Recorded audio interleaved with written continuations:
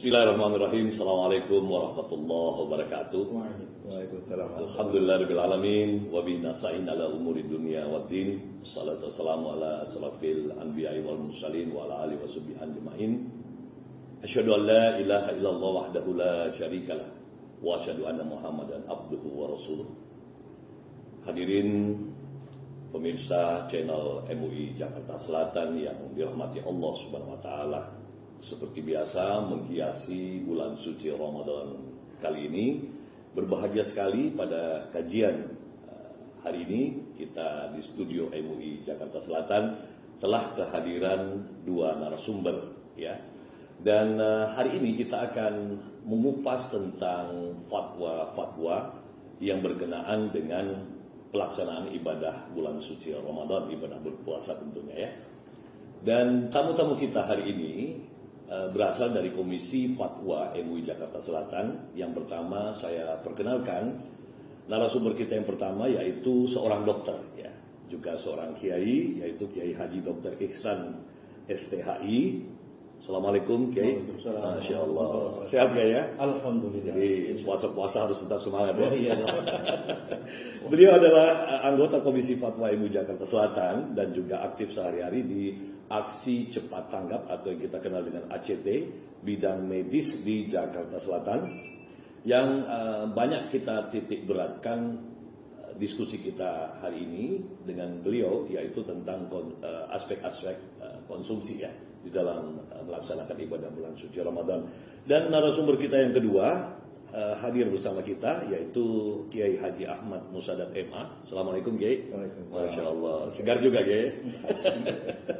Beliau adalah anggota Komisi Fatwa MUI Jakarta Selatan dan juga sehari-hari sebagai Kaprodi PBA atau Pendidikan Bahasa Arab di STAI Imam Syafi'i Cianjur ya. Nah, nanti kita akan mengupas hal-hal yang berkenaan dengan bagaimanakah seseorang itu di dalam ibadah bulan suci Ramadan masih bisa diperbolehkan untuk tidak menjalankan ibadah puasa. Apa syarat-syaratnya, apa aturan-aturannya di dalam Islam. Nah, oleh karena itu kita langsung saja memulai diskusi kita pada kesempatan hari ini dengan memberikan pertanyaan yang pertama terlebih dahulu ya kepada Kiai Ihsan atau Dr. Ihsan. Yang pertama adalah sebenarnya tujuan puasa ditinjau dari segi kesehatan itu bagaimana Kiai sebenarnya? Bismillahirrahmanirrahim. Nahmaduhu wa nusallimu ala rasulil karim. Kita patut berbangga ya, kita sebagai orang Islam. Siap. Allah Subhanahu wa taala berikan satu syariat ya, yang disebut dengan syariat berpuasa, khususnya untuk di bulan Ramadan. Allah Subhanahu wa taala mewajibkan kita berpuasa. Jadi ternyata puasa itu ya bukan hanya meningkatkan kesehatan spiritualitas kita saja. Subhanallah. Ya, sebagaimana dalam surah Al-Baqarah ayat 183 ya, di mana Allah menutupnya dengan la'allakum tattaqun. Kalau saya menerjemahkannya itu adalah kesehatan spiritual. Subhanallah. Ya. Nah, di sisi lain baginda Nabi sallallahu alaihi wasallam ya, beliau bersabda, "Sumu tasihu." Ya. Hendaklah kalian puasa, pasti kalian akan sehat. Nah, ini adalah sehat secara jasmani. Jadi ternyata puasa itu juga meningkatkan kesehatan jasmaniah kita. Subhanallah, sebentar. Nah, Kiai. Ini kan heboh sekali masyarakat itu kan rata-rata menganggap ya, semoga juga pemirsa bisa sama-sama mendapatkan ilmu dari Pak Dokter kita, pelengkap Kiai juga.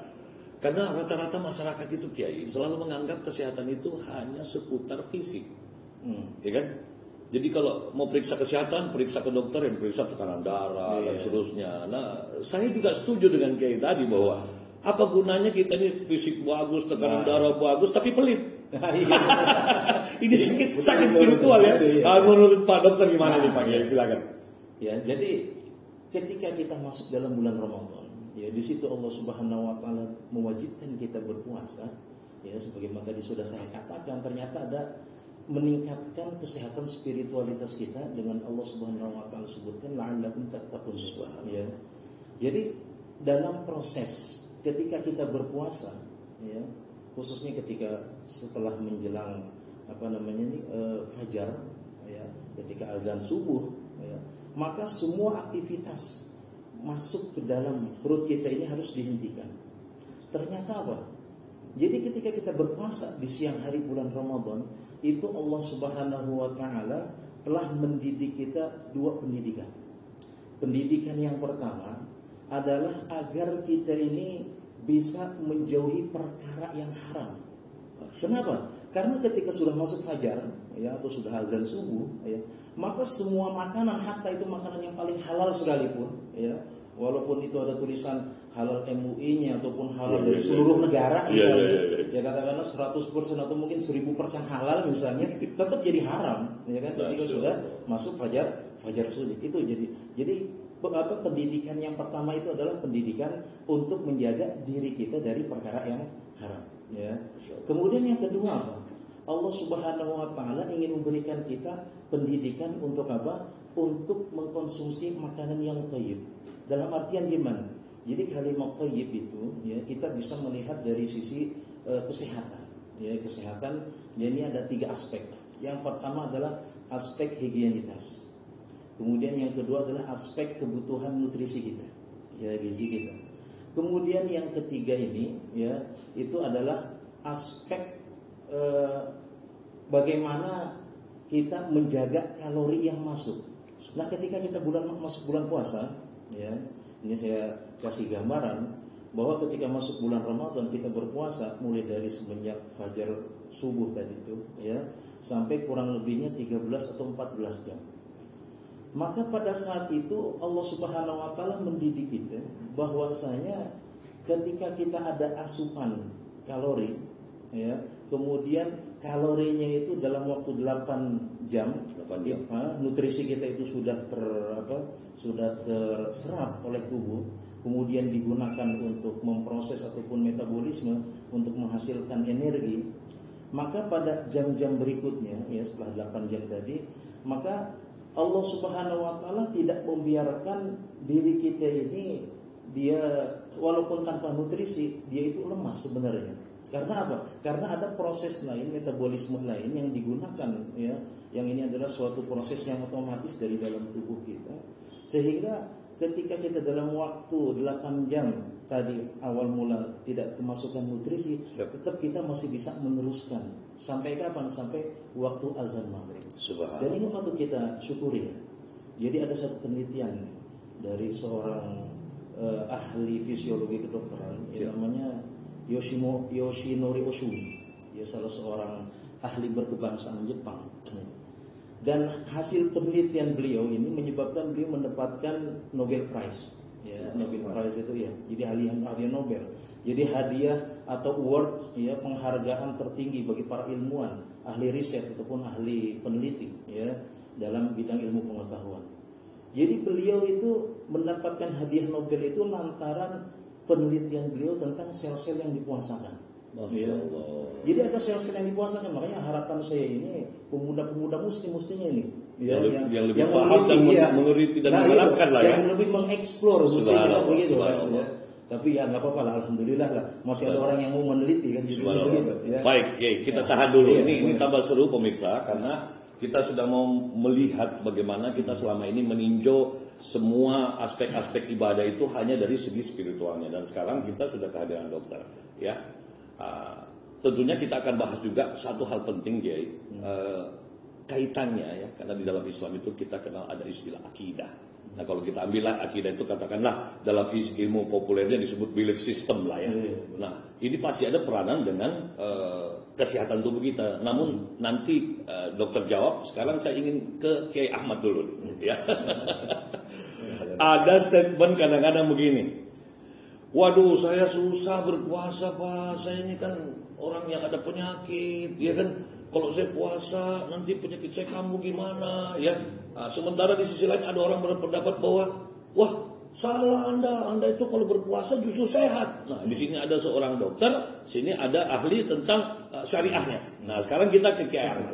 Sejauh mana, Kiai, orang itu berhak mengatakan saya tidak perlu berpuasa lagi, atau saya tetap berpuasa walaupun saya sakit? Kita tinjau dari segi hukum-hukumnya. Silakan, Kiai. Bismillahirrahmanirrahim. Alhamdulillah wassalatu ala Rasulillah wa ala alihi washabihi wa man amma ba'du. puasa ini sudah diperintahkan oleh Allah Subhanahu wa taala. Jauh sebelum Nabi Muhammad diperintahkan oleh Allah untuk mensyariatkan umatnya berpuasa.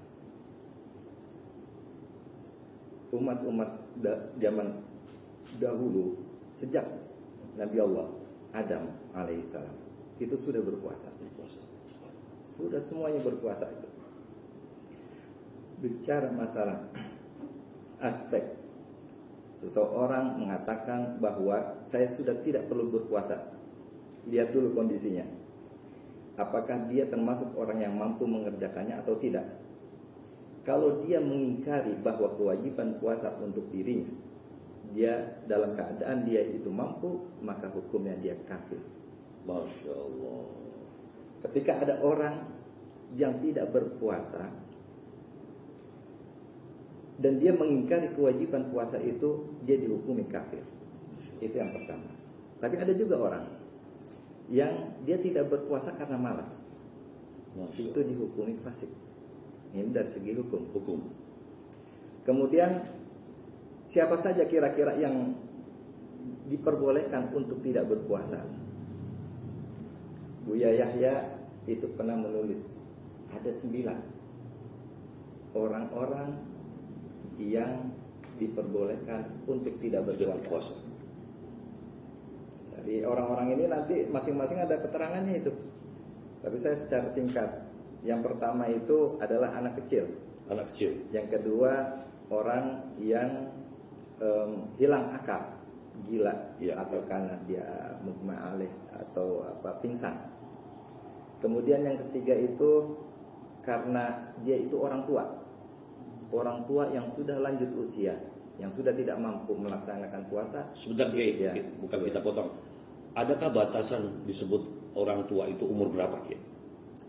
Orang tua ataupun orang yang sudah lemah, tidak mampu melaksanakan puasa, walaupun usianya 30 tahun dianggap itu. Kalau dia tetap itu saja dia merasa dianggap orang tua gitu. Artinya tidak mengukur umur. Tapi kebanyakan orang tua itu sudah tidak mampu. Jadi ada syarat itu di dalam puasa itu ada syarat. Siap. Di antaranya syaratnya kan muslim. Ya kan? Terus balik dan mampu melaksanakan puasa. Walaupun usianya 25 tahun, tetapi dia tidak mampu, dia diperbolehkan untuk tidak berpuasa. Itu dari sekarang begini Kiai, ini kan kadang-kadang ada orang-orang yang mencoba mensiasati ibadah gitu. Walau bisawab memang kita harus patuh kepada fatwa nih, pada syariah, pada fikihnya dan seterusnya.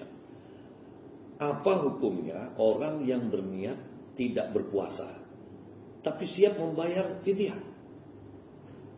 Jadi kan dia sebenarnya mampu, atau dia setengah hati nih, misalnya jangan-jangan nanti, nah ini Pak Dokter yang paling tahu nih, kan kita sekarang ini lagi populer ada penyakit yang berkenaan dengan asam lambung yang namanya mahgert.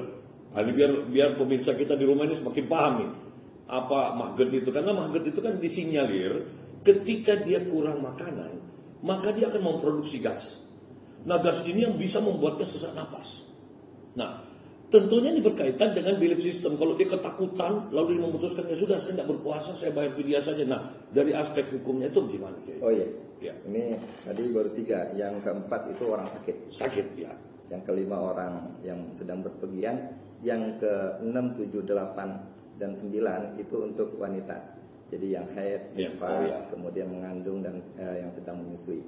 Saya kira sudah saya sampaikan tuh 9 ya. Kita mengerucut ke yang satu, yang dalam keadaan sakit. Orang yang sakit, ketika sakitnya itu temporer, tidak membahayakan, dan masih dianggap mampu, maka dia wajib berpuasa. Jadi ada kriteria sakitnya itu. Kalau hanya sakit flu, sakit kepala, itu harus tetap menjalankan ibadah puasa. Nah, boleh nggak Kiai? Seperti gini Kiai, misalnya gini ya. Saya kan punya penyakit ya, tadi kembali kepada penyakit GERD. Saya coba aja puasa. Nanti kalau tiba-tiba saya sesak napas, saya buka. Bagaimana itu Kiai? Nah itu yang kriteria kedua nih. Kalau yang tadi itu flu pano apalagi flu pusing itu harus tetap dia menjalankan puasa. Siap. Karena dianggap dia mampu untuk melaksanakan ibadah. Gitu. Ada kriteria yang kedua, dia sudah tahu mengenal penyakitnya. Kalau dia berpuasa itu justru malah membuat dia lemah. Iya. Itu tidak boleh, itu diperbolehkan untuk berbuka. Dia justru malah diperbolehkan untuk berbuka gitu. Tapi apakah dia harus berpuasa dulu atau langsung memvonis saja? Ya sudahlah. Oh, itu kan dengan keterangan dokter ya. Tanya Pak dokter ya. Betul. Keterangan dari dokter itulah yang mendukung boleh tidaknya dia itu berpuasa atau tidak gitu. Kalau dia bilang boleh puasa, nggak apa-apa, nggak masalah, maka puasa menjadi wajib. Gitu. Nah ini berkenan pemirsa. Ini asik juga nih pemirsa. Jadi jangan pemirsa itu main hakim sendiri dalam ibadah kan, artinya membuat fatwa sendiri. Saya ini kayaknya sakit nih, tidak perlu, saya bayar ke dia aja. Nah, ini yang repot karena sudah dijelaskan. Jadi minimal ada ikhtiar, ya, karena perintah Rasul kalau ibadah itu dalam setiap amalan harus tanyakan kepada ahlinya, serahkan kepada ahlinya. Kalau Anda bukan ahlinya, jangan coba-coba memutuskan untuk itu. Kita kembali lagi sama Pak Dokter nih. Nah masalah belief system ini, ya, kan dia percaya kalau saya ini kalau saya berpuasa saya semakin sehat, walaupun dokter bilang apa, saya lebih utamakan perintah Allah, karena ini untuk mengejar istilah la'allakum tattaqun. Saya pengen seperti itu. Dia ngotot nih, apakah itu diperbolehkan? Jadi kita kembali ke pendapatnya Syekh Nawawi Al-Bantani ya, itu ada dalam kitab Maraqil Ubudiyah itu. Jadi beliau sampaikan bahwasanya dua orang yang wajib kita taati itu adalah ulama dan at-tabibul hadzik. Jadi tabibul hadzik itu adalah seorang dokter yang cara mendiagnosisnya yaitu tepat salin. Ya, jadi bukan hanya dokter asal-asalan, asal pegang tiba-tiba dikasih obat begitu, enggak. Ya, tetapi memang dia dokter yang cerdas. Ya, cerdas. Jadi dia bisa mengelola ya pasien ya, dari wawancara kan biasanya di anamnesis dulu. Ya, pasien itu kan ditanya ya tentang keseharian dan yang lain sebagainya. Kemudian ditanya juga pola makan, kemudian sakitnya sudah berapa lama, ya. Nah maka nanti seorang tabibul hadzik atau seorang dokter yang cerdas tadi, dia bisa memutuskan apakah pasien ini memang layak untuk tidak berpuasa atau untuk berbuka, ataupun sebaliknya, ya ini pasien tetap wajib ya untuk berpuasa, meneruskan puasanya. Itu memang harus ada keterangan dokter, dan biasanya kan kalau sekarang itu sudah ada mudah ya untuk cek darah misalnya kan, ataupun cek-cek yang lainnya kan. Jadi dari situ ada kesimpulan seorang dokter ataupun tabibul hadzik tadi, seorang dokter yang cerdas, sehingga apa yang dia putuskan ya kita wajib sebagai seorang pasien maka wajib untuk mengikutinya juga. Ya. Jadi jangan menghakimi sendiri. Ya. Artinya dalam dua sisi juga. Jadi jangan menghakimi diri sendiri. Saya memutuskan untuk terus berpuasa, atau sebaliknya, saya memutuskan untuk berbuka. Ya. Ya. Karena kalau kita lihat di masyarakat itu kan ada dua ya, ada dua fokus. Ada fokusnya mencari sebab supaya tidak puasa. Nah, ada juga yang hantam saja karena saya beriman, saya mau mati karena penyakit saya, biar saja yang penting saya mau menjadi orang yang takwa. Nah, seberapa jauh ya hukum kekuatan akidah ini atau belief system ini? Karena saya mendengar di dalam istilah kedokteran ada yang disebut dengan spontaneous remission. Ya, saya pernah membaca sebuah buku di mana di situ dikatakan spontaneous remission ini adalah adanya perubahan fisik daripada seorang pasien dikarenakan adanya kekuatan belief system terutama iman. Nah, apakah ini benar ya di dalam kajian kita pada hari ini? Karena kita juga pengen tahu jangan sampai ada juga jamaah ya atau umat kita yang atau pemirsa yang masih tetap mau menggunakan filosofi berpikir seperti itu. Silakan. Jadi kalau dalam dunia kedokteran itu memang sugesti itu memegang peranan penting sampai 80%. Masya Allah. Itu 80%. Ya, kalau dari sisi kita sebagai orang yang beriman, yaitu sugesti itu dibangun dengan iman. ya, dengan ayat Al-Quran, dengan hadis-hadis Nabi, ya kan, misalnya tentang fadilah puasa dan yang lain sebagainya. Tetapi di sisi lain, ya, sebagai iman kita kepada Al-Quran juga, ya, kita harus melihat bahwa Allah pun memberikan rukhsah bagi orang-orang yang sakit. Tadi sudah dijelaskan oleh Kiai Musaddaq. Ya. Jadi dua hal ini memang kita harus kombinasikan. Ya.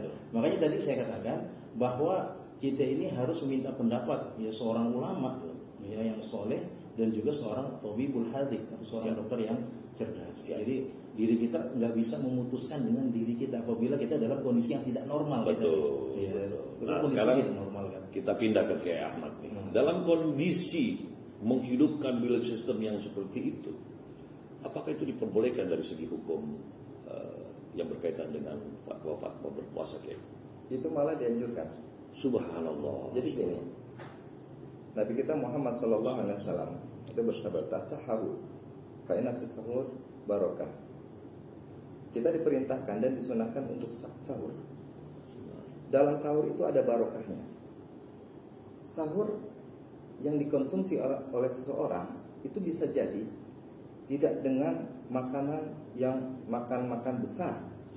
Bisa jadi hanya dengan sebuah air putih. Masya Allah.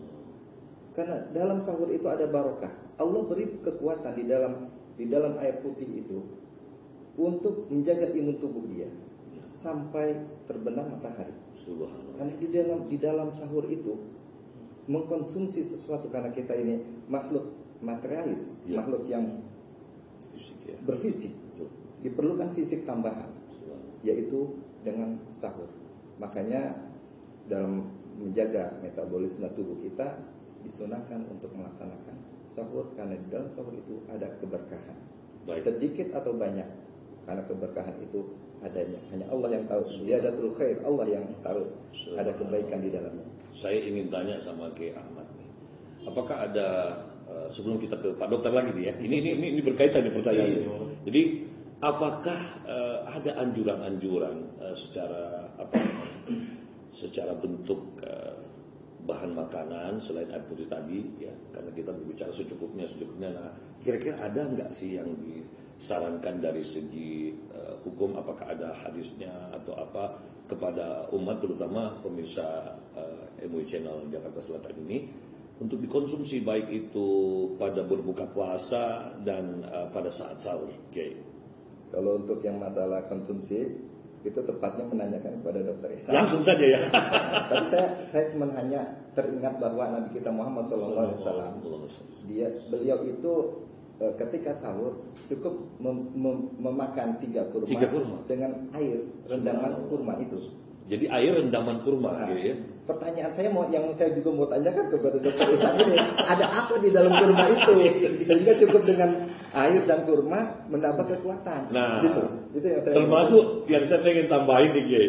Apakah cukup kurma saja? Karena kurma ini kan kita tahu banyak sekali jenisnya. Apakah kurma ini? Nah, kita langsung tanya saja sama ahlinya pemirsa ya. Jadi apa konsumsi yang terbaik untuk kita ketahui bersama dikala kita itu sahur dan di saat berbuka puasa gitu. Karena kadang-kadang kan kalau sudah buka hari pertama ini Kiai, yang namanya anak-anak yang baru kan, waduh itu sudah segambar makanan. Silakan Kiai.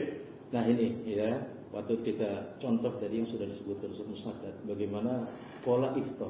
Jadi output dari puasa atau dari bulan Ramadan tattaqun dan tasihun tadi, ya dari sisi spiritualitas kita sehat dan dari jasmani kita sehat, itu ternyata secara holistik. Jadi semua, jadi bukan hanya puasanya saja. Puasanya itu mendatangkan kesehatan, tetapi pola iftarnya juga harus kita perhatikan. Banyak orang sekarang, dan ini sudah membudaya ya di kita itu, mohon maaf ya. Dari dulu memang sering dikiaskan bahwa hadis Nabi ya kurma itu ya dikiaskan dengan air teh. Nah ini salah sekali nih sebenarnya nih. Ya. Tadi sebenarnya kita minum air teh, kemudian kita campur dengan makanan, itu penyebab utama penyakit GERD tadi itu, atau gastroesophageal reflux disease. Di mana istilahnya itu makanan yang ada di lambung itu naik ke atas sehingga mengiritasi dinding kerongkongan kita, sehingga kadang terasa panas, terasa nggak enak gitu kan. Ya. Nah itu sebenarnya dari pola iftar Nabi Shallallahu Alaihi Wasallam kok memilih kurma? Kenapa kok nggak milih buah yang lain? Padahal Nabi di dalam hadis yang lain, bahkan di dalam Al-Quran, ya itu juga disebutkan kan anggur, Betul, ya kan? betul. Juga delima, ya, Betul. dan buah-buahan yang lain. Siap. Kenapa kok yang terpilih kurma? Kurma, ya. Pertama, ini kalau yang saya lihat, pertama dari sisi mikronutrisi dan makronutrisinya. Jadi bagi orang yang berpuasa, ya ternyata pemilihan kurma itu sungguh tepat untuk mengembalikan ya tenaga kita yang sudah kita terpakai tadi. Kan terpakai bukan hanya kita untuk aktivitas, Betul, ya. betul. Bahkan ketika kita tidak aktivitas pun, ya itu sebenarnya sudah terpakai juga. Pakai juga, ya. Apalagi nggak ada asupan nutrisi tadi, Masya Allah. ya kan, nggak ada asupan nutrisi.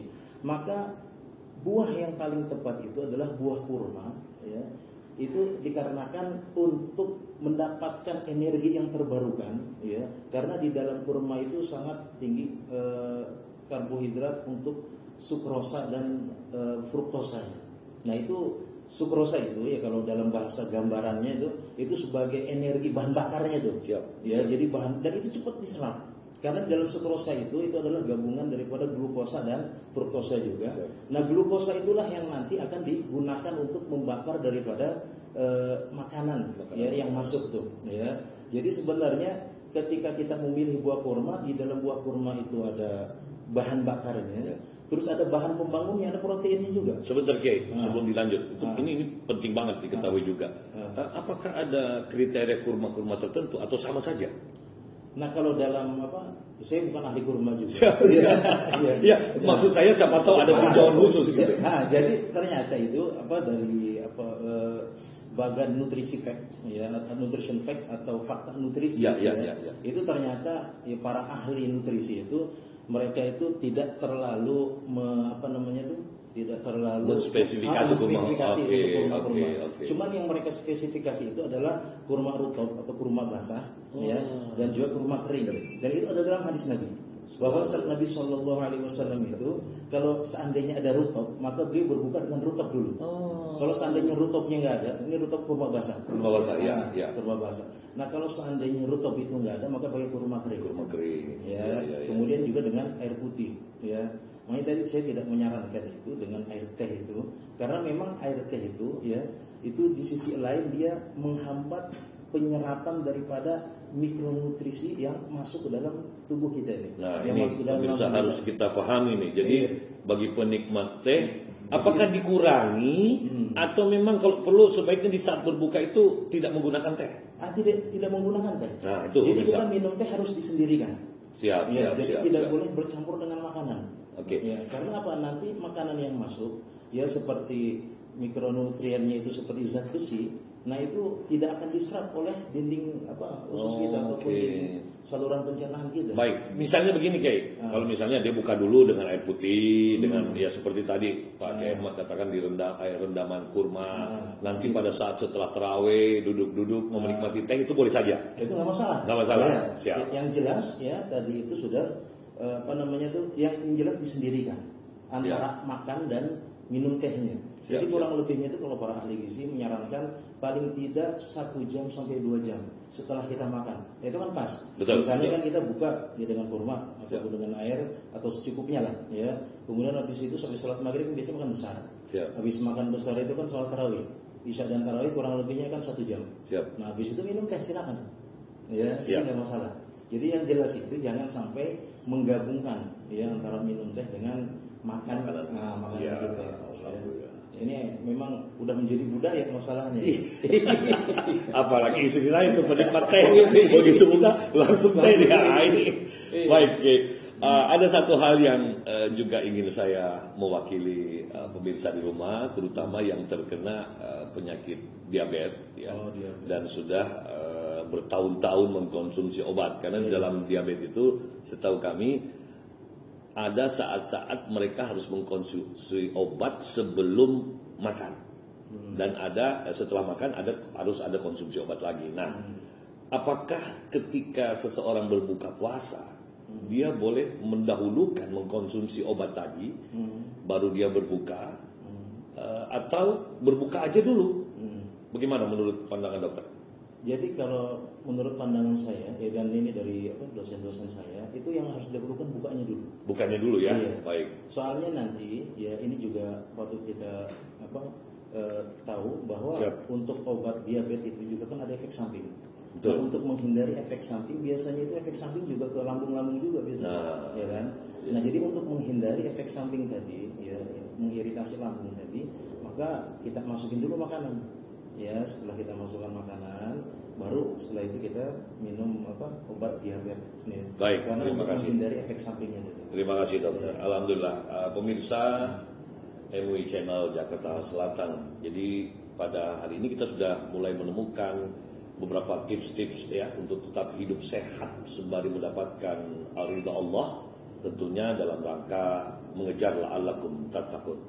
Nah, kami perlu juga menyampaikan bahwa ternyata buah kurma yang sudah dikupas tadi ya, itu tidak hanya membangkitkan nilai-nilai spiritual saja bahwa ini makan sunnah Rasul. Ternyata kita sudah lihat dari aspek-aspek tinjauan kedokteran ya, dan juga konsumtif tadi, kita sudah menemukan jawaban. Ternyata kandungan buah kurma itu luar biasa ya, dan memang tidak hanya sekedar menghadirkan belief system bahwa ini akan benar, tapi terbukti dari segi medisnya. Nah, sekarang kita kembali kepada Kiai Ahmad nih. Kiai, di dalam perkembangan kita melihat pembelajaran berpuasa tadi, kita melihat ada anak kecil. Kadang-kadang kan ada orang tua yang selalu berasumsi, kasihan anak saya masih kecil, jangan berpuasa dulu. Sementara saya juga itu heran melihat kedua anak saya itu, malah dia yang ngotot, saya pengen puasa. Dan tidak ada istilah di dalam anak saya itu setengah hari. Mereka tuh tidak mengenal itu. Kalau dulu di kampung halaman saya nih ya, istilah di Makassar tuh, kami ada istilah setengah hari untuk anak kecil. Nah, puasa beduk, ya kan? Nah, anak saya itu tidak mau mengenal itu. Dua-duanya tuh ngotot full dan sampai sana. Menurut tinjauan daripada pembelajaran yang diajarkan Rasulullah SAW, mungkin pemirsa juga ingin tahu sejak umur berapa anak-anak itu bisa kita latih untuk puasanya penuh. Silakan Kiai. Bismillah. Kalau dilihat dari tinjauan kewajiban itu relatif ya, tidak ditinjau dari umur. Tidak umur, siap. Tidak ditinjau dari umur, tapi ditinjau dari baliknya. Balik. Kalau anak perempuan di usia 8 tahun atau mungkin 7 tahun itu sudah balik, ya, keluar darah haid, maka dia wajib. Siap. Nah, itu walaupun 7 tahun. Siap. Kemudian kalau yang laki, kalau dia usia 10 tahun, ini nggak mungkin ya, 15 tahun. Siap. 15 tahun ihtilam, sudah mengeluarkan atau mimpi basah, maka dia sudah dikenakan kewajiban melakukan puasa. Tapi masalahnya, ternyata ini perempuan, dia tidak haid sampai usia 16 tahun. Begitu juga yang laki, tidak ihtilam sampai usia segitu juga, atau mungkin bahkan lebih. Lalu diukurlah dari situ kewajiban dia berpuasa di Sinur Rushdi. Sinur Rushdi itu usia dia mendapat petunjuk. Jadi kalau kita usia dewasa itu di Indonesia punya KTP usia berapa itu? 17. Tapi di dalam kitab-kitab Turos Arab itu usia 16. Tapi ada di sebagian buku di usia 15. Tapi yang saya perhatikan di usia 16 sampai 18 itu Sinur Rushdi. Di situ anak sudah diwajibkan melaksanakan ibadah puasa. Kemudian ada pun pembelajarannya, itu yang dapat pahala bukan anak saja tapi orang tuanya juga itu. Jadi kalau ada pembelajaran anak usia 7 tahun itu bisa puasa full, itu luar biasa dan tidak mati dia. Dengan pembelajaran itu anak tidak mati. Enggak pernah ada beritanya. Enggak ada beritanya. Jadi itu orang tuanya yang juga mendapatkan pahala. Subhanallah. Sehingga ketika dia dalam ketika dia mencapai Sinur Rushdi atau mencapai usia mukallaf, baik itu 7 tahun, 9 tahun atau 15 tahun, dia tuh sudah enjoy dengan puasa bulan Ramadan yang sudah dilatih oleh orang tuanya. Maka pahala terus mengalir ke orang tuanya ya, Masya Allah. Nah, Bapak Ibu sekalian, para pemirsa, ini sudah ada dari Kiai Ahmad oleh-oleh untuk Anda semua, bahwa jangan kita menunggu anak-anak kita itu sadar dengan sendiri. Namanya anak-anak Ya kita tunggu kesadarannya. Nanti ngerinya nanti pada umur 21 sadar. Sadar-sadar. Iya. Baik pemirsa, dan akhirnya kita tiba di penghujung ya. Tapi saya ingin sekali menanyakan satu pertanyaan lagi kepada kedua narasumber kita ya, atau siapa saja yang ingin lebih memperjelas bahwa begini Kiai. Pada prinsipnya kurma ini kan juga bukan hal yang pada kondisi tertentu tidak bisa disebut murah. Ya. Pada kondisi tertentu bisa juga disebut murah. Nah, yang ingin saya tanyakan mewakili pemirsa, bagaimana kiranya Pak Dokter, kalau sampai saudara-saudara kita ini ada jamaah yang tidak mampu beli kurma. Nah, bagaimana mengejar kesehatan konsumsi itu selain kurma? Nah, itu yang paling prinsip. Untuk silakan nih. Jadi yang jelas gini saja, ya. Jadi kita hilangkan kebudayaan lama kita yang mencampur air teh dengan makanan yang kita konsumsi, takjil itu yang kita konsumsi. Takjil. Kemudian yang kedua tadi, kenapa kok ada dipilih kurma? Ternyata kurma itu juga aman bagi lambung karena dia tidak ada kandungan vitamin C. Ya. Nah berarti untuk menghiaskannya, ya maka kita pilih buah-buahan yang sekiranya itu kadar vitamin C-nya itu rendah. Karena atau sama sekali kita hentikan saja dulu. Hentikan vitamin C. Buah-buahan yang ada kandungan vitamin C-nya. Atau sedikit boleh? Sedikit nggak apa-apa. Jadi jadi ini untuk menjaga juga bagi para penderita penyakit lambung kan, gastritis ataupun GERD tadi kan. Nah itu biasanya kan memang Pak, kalau misalnya kemasukan buah-buahan yang high vitamin C-nya terlalu tinggi, ya makanya tadi saya katakan kenapa kok nggak dipilih anggur? Ya. Karena buah-buahan lain itu memang vitamin C-nya begitu tinggi. Ya. Jadi bisa dikiaskan katakanlah dengan misalnya dengan pisang. Atau mungkin yang pH ya. pH ini kadar keasaman. Kadar keasaman daripada sebuah makanan ya. Itu dikurangi juga Pak Dokter. Atau jadi itu yang kita kejar. Jadi yang yang sifatnya itu alkali, artinya itu tidak asam. Tidak terlalu asam ya. Karena kalau dia asam juga akan memicu iritasi lambung. Ya karena di lambung kita ini kan akan mudah mengeluarkan asam klorida atau asam lambung. Sehingga kalau dia terlalu tinggi asamnya, maka akan menyebabkan iritasi lambung. Maka kita pilih sekiranya buah-buahan itu adalah buah-buahan yang tidak mengandung vitamin C ya, atau vitamin C rendah, dosis rendah, dan juga tingkat keasamannya itu ya sampai sifat basal atau alkali gitu. Jadi tidak sampai sifat terlalu asam gitu. Ya seperti buah jeruk kan high vitamin C kan, vitamin C-nya terlalu tinggi kan ini. Nah, mohon izin biar edukasi untuk pemirsa nih, apakah yang dimaksud dengan tidak terlalu asam itu pada rasa atau kandungan secara kimianya, chemistry-nya lah gitu. Jadi memang kalau itu kan kadar keasaman, itu dari sisi kimianya memang. Jadi bukan karena rasanya asam gitu. Itu juga termasuk salah satu ciri makanan yang banyak tingkat asamnya tinggi, rasanya juga asam. Rasanya asam. Masya Allah. Makanya jeruk manis dengan jeruk asam, biasanya itu kalau jeruk asam itu jeruk nipis. Itu akan lebih mudah mengiritasi lambung bagi para penderita gastritis misalnya atau penderita GERD tadi dibandingkan dengan jeruk yang manis. Nah, itu. Jadi rasa asam itu juga bisa sebagai indikator ya bahwa itu tingkat keasamannya juga tinggi. Baik Pak Kiai Dr. Ihsan, sekarang kita kepada Kiai Ahmad. Nah, pesan-pesan terakhir nih untuk pemirsa di rumah menyangkut kehati-hatian kita di dalam memutuskan kapan kita itu berpuasa atau tidak, terutama dalam edukasi kepada generasi muda ya. Apa pesan-pesan Kiai yang ingin disampaikan menyangkut fatwa-fatwa yang berkenaan dengan boleh tidaknya seseorang berpuasa? Silakan Kiai.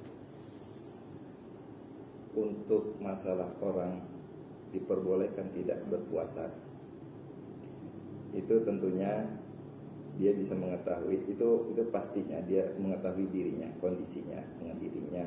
Nah, dia bertanya juga kepada ahlinya. Ya, jadi di samping ahli dalam sisi kesehatan yaitu dokter, juga dari sisi hukum yaitu ulama. Fas'alu ahla dzikri. Yang satu jangan asal putuskan sendiri. Itu yang terpenting bagaimana diungkapkan oleh Dr. Ihsan tadi gitu. Jadi dan yang lebih utama adalah tetap menjaga ketakwaannya kepada Allah Subhanahu wa taala. Ketika dia tidak berpuasa, bukan berarti dia itu menjauhkan diri dari Allah, tetapi tetap ada di jiwanya itu aku dekat kepada Allah dan tetap dekat kepada Allah Subhanahu wa taala. Ini yang penting sebelum dilanjut nih Kiai. Ini penting nih, kadang-kadang gara-gara mentang-mentang nggak puasa, main makan aja di depan orang. Di tengah-tengah jalan gitu ya. Ya. Masya Allah. Nah, jadi ada dua nih, Kiai. Jadi tetap jaga kita punya ketakwaan. Jangan mentang-mentang kita tidak puasa, terus kita euforia. Saya boleh tidak puasa. Itu sama dengan kita tidak mendukung ya perintah ibadah itu. Nah, pemirsa, tanpa terasa kita sudah berada di penghujung dialog kita, diskusi kita dalam acara Ramadan bersama MUI Jakarta Selatan untuk edisi hari ini bersama narasumber kita Bapak Kiai Haji Dr. Ihsan STHI. Oleh karena itu kami ucapkan terima kasih Kiai, dan juga narasumber kita yang kedua adalah Bapak Kiai Haji Ahmad Musadat MA yang sudah mengupas banyak hal. Semoga pertemuan hari ini bermanfaat untuk kita, lagi-lagi untuk membuat kita semakin mantap dalam mencapai apa yang Allah inginkan di dalam perintah puasa ini untuk menjadi la'allakum tattaqun. Akhirnya sampai di sinilah perjumpaan kita pada edisi hari ini. Kita tutup dengan hamdalah, alhamdulillahirabbil alamin, subhanakallahumma wa bihamdika asyhadu an la ilaha illa anta astaghfiruka wa atubu ilaik. Wabillahi taufiq wal hidayah. Assalamualaikum warahmatullahi wabarakatuh, dan tetap semangat.